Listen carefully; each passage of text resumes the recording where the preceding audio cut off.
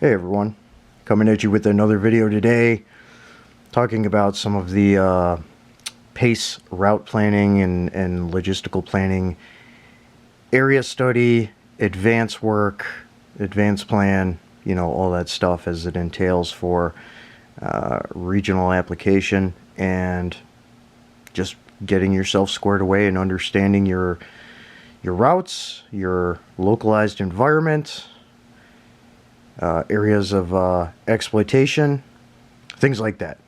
Excuse me. So just have a random town here that we're going to use on a map that I have. So not a very big town, okay? And you see there's a couple of features, water bodies, water features, rivers. There's quite a few of them around here that that runs through it. Notice the layout of the surrounding roads are not in a typical grid pattern like what you would see over here in flatter parts of the region. Okay, so taking that into consideration, you have more hills to contend with here, dense forests, things like that, water bodies and water features, streams, rivers, and all that. To your west is a major river. There's only several points of crossing. The one there, one here, one down here, okay, just in this regional area. And you have to understand what the mileage is here. So to that southern point, that's going to be considerably farther from this point here, okay, which is much closer. Okay, just for the sake of understanding the navigation across a restrictive route of ingress and egress and navigating advanced difficult terrain, okay, and water feature, okay.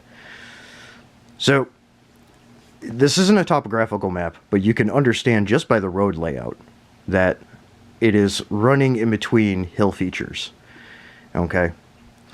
Now, some country and county roads aren't going to be running straight per se anyway, unless you're out in Iowa or the Dakotas or whatever.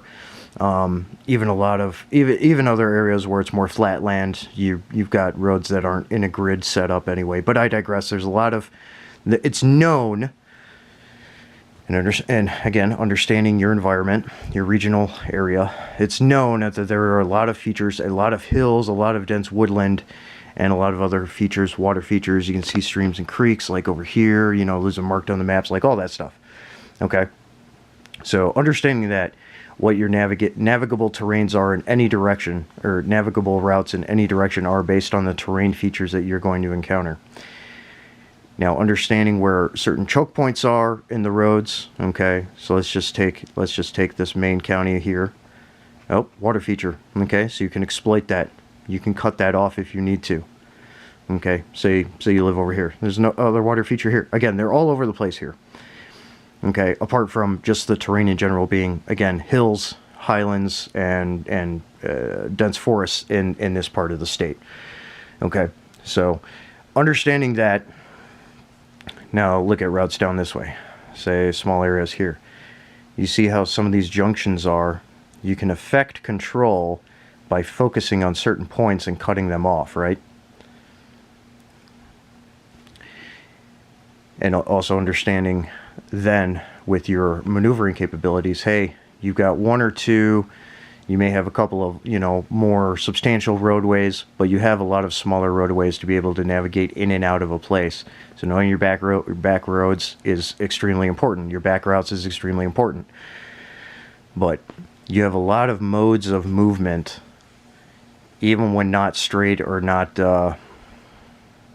typical per se, with vehicle anyway, that you can get in and out and affect ingress and egress.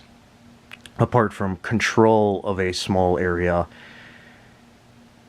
is more to your advantage with understanding this and just understanding where your intersect points and your choke points are based on, again, terrain features and things like that. Okay, so just kind of looking at some of that stuff, and then you can let's look a little bit to the east here.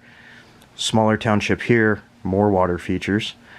Okay, but you see how You see all these little roads and stuff. Okay, you can cut off roads here, you can cut off roads here, cut off roads here, you know, whatever. Or you can affect, like, hey, I need to maneuver because they set up a checkpoint here, up in here. They've set up a checkpoint, so now I have to navigate down and around, and I can get around it. Either way you go, you know? So just understanding that for various operational needs. In an emergency context, okay, say there's a forest fire, okay, that's a prime example right now with wildfires. Main routes of ingress and egress are going to be congested with people escaping. So hey, guess what? Okay, we have these alternate routes, we have these back roads, we have these segues of intersect, we have other modes to be able to get down to a water feature, which will keep you safe, right? Water features here can keep you safe, you know, and they're also, you know, fire breaks, natural fire breaks.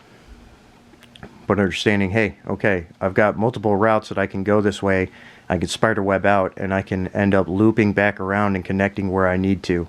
It's going to take a little bit more time, but you're going to end up being safer. You can maneuver, you can still maneuver in a myriad of directions with a myriad of routes in order to get away from the risks, from the hazards, from the risks, whatever it is, and get to your endpoint wherever that may be.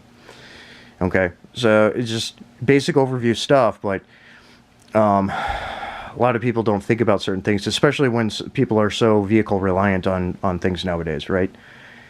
You're not necessarily gonna try and hump it, especially in the event of a disaster emergency and things like that. You're not necessarily gonna be trying to hump it, you know, 80 miles or whatever it is, you know, in a direction. You're going to try and use your vehicle or acquire a vehicle or get assistance in transportation to make those long ranges of movement. It's the same with your area study, your advanced work when it comes to tactical operations planning and you know, area study and survey and all that stuff. So again, just things to understand. Get a good map, even if it doesn't have all the topographical features that you need. If it's got all the roads, and it does have some of the main features, especially water features and stuff, that's going to help you still to have an informed understanding of how to do your route planning. And then remember, no less than 3 routes.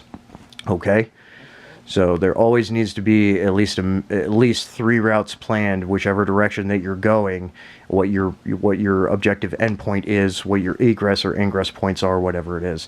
And then aside from that, again, understanding what intersections, what terrain features are going to be to your advantage to cut off if you need to for area exploitation, area security, you know, those kinds of things.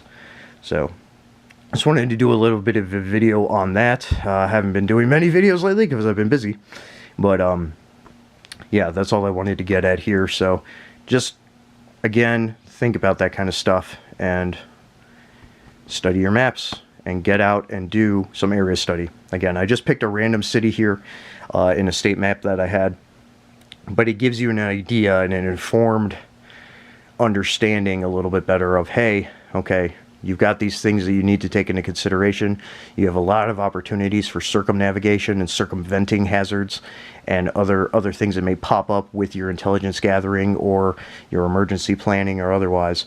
So take that into mind and just get your pace plans routed and planned out and things like that, and then run drills and understand when construction pops up and everything else nuanced wise and otherwise. Okay, so major features, you're going to have choke points. Other internal features around your area, you're going to have checkpoints that you can either exploit and use to your advantage, or you have to understand in order to circumnavigate and try to get around and through to deal with other types of threats and hazards. That's it for this one. Metal up.